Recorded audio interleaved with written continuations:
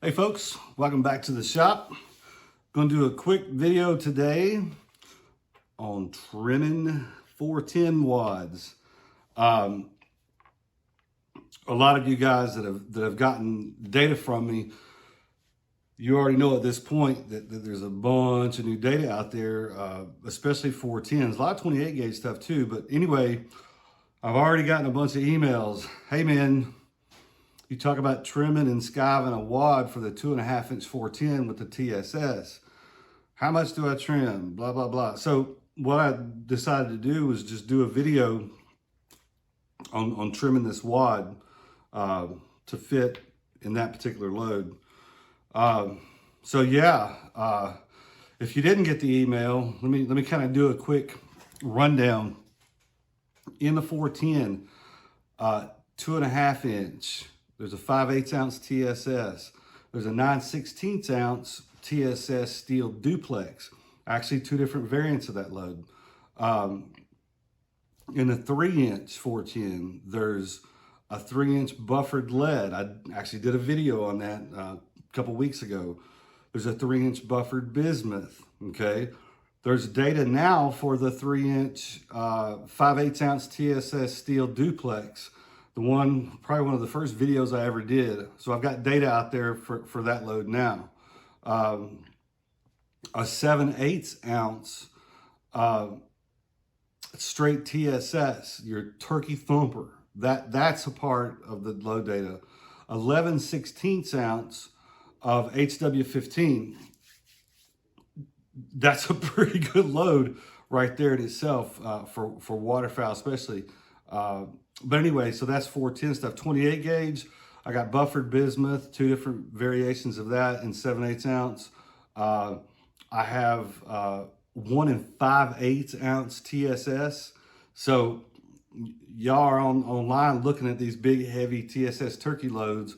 Well, now you're going to have the ability to put together a 1 5/8 ounce load. That data is available. HW15 in the 28 gauge. 1 1/4 ounce. Yep, 1 1/4 ounce HW15. I've got some patterns with that. I'm going to do a video of that here real quick. Man, you talk about a do-all round. That joker fills up a 30-inch pattern at 40 yards, but if you choke it tight, I mean, well, it's a turkey load. So that's pretty exciting. What else with the 28 gauge? Oh, I have 11/16 ounce, 300 grains of steel, which I know it's not 3/4, but it's bigger than 5/8. And by the way, it's moving at 1,470 feet per second. So doves, upland stuff, even ducks, loaded down there with like say number 3 shot, wouldn't be bad, right? Or number 4s. But anyway, you can see that one. The cheat code. I'm calling this load the cheat code. I think I've talked about it before, but basically it's a 1 1/8 ounce TSS bismuth duplex. If money is not a problem to you and you want some crazy stuff to happen in close and out at range, take a look at that load. I'm gonna put some of those together and pattern those also.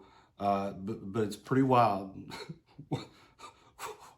what number 6 bismuth does with number 8.5 TSS at 15, 35, 50. I mean, you'll see.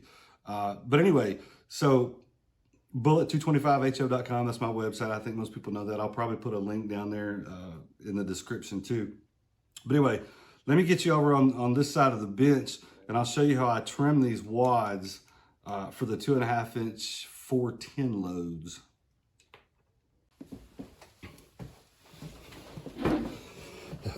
All right, folks.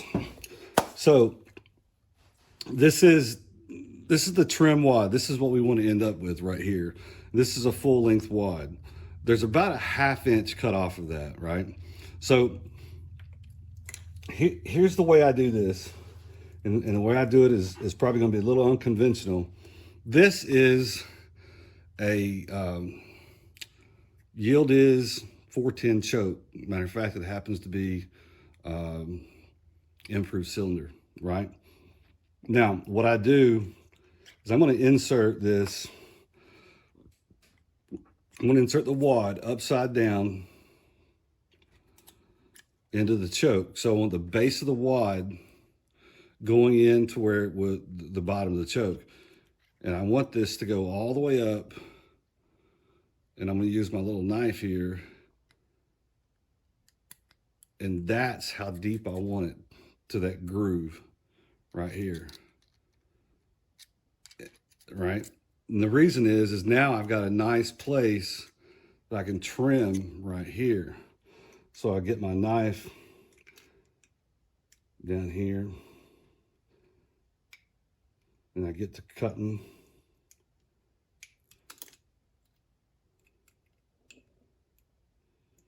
And you may have to go back over it, but anyway, so now it's trimmed, right? But now you see how thick it is? So we want to thin that out or skive that. So what I've got is a Dremel tool right here with a cone bit, and you can see I've done a few of these, but basically you just, it's gonna be loud, so hang on. That's it. You just plunge him in there, in and out. And now we're gonna push the wad back out. And there's our wad, right? And the wad is thinner at the top so that our shot can set in there and fill that up. And it's just not as rigid. So there's two of them side by side. Now, if you're wanting to know, well, what is the length of this? Well, let me get my tape measure out. So if we look at this, you can see that that is almost exactly 1.5 inches. So I'd say trim these wads to 1.5 inches. You don't necessarily have to skive these, but I do on all of them. If you have fitment issues, you probably want to go ahead and skive them. Plunge a bit down in there. And look, it's just in and out. You don't need to go far, right? It'll ruin your wad if you do. So that's pretty much it. All right, folks, so basically 1.5 inches. That's how far you want to cut these from the base to the tip. And then, of course, I plunge down with that little, stone triangle wheel on the Dremel. And look, when you do that, it's just boom, boom. You don't spend a lot of time. It'll melt the plastic. So if you have any problems with that, shoot me an email. Leave a comment down there. I have not tried it without, skiving that edge, because it is going to give you a little bit more room, especially for those steel pellets on the duplex one, right? So you might can get away with it without trimming it. Don't know. I would trim it. All right, folks. Thanks for watching. Getting ready to do another video here. So I'm not sure what I want to do video on. I've got so much stuff of what's in the box, and then of course all this new data that I just got back. I haven't really done any videos on any of it because I just got the data back on Wednesday. So I'll probably be working on a lot of that kind of stuff because I know everybody wants to see, especially the 410 stuff. It's going to be fun. All right. Thanks for watching. We'll see y'all next time.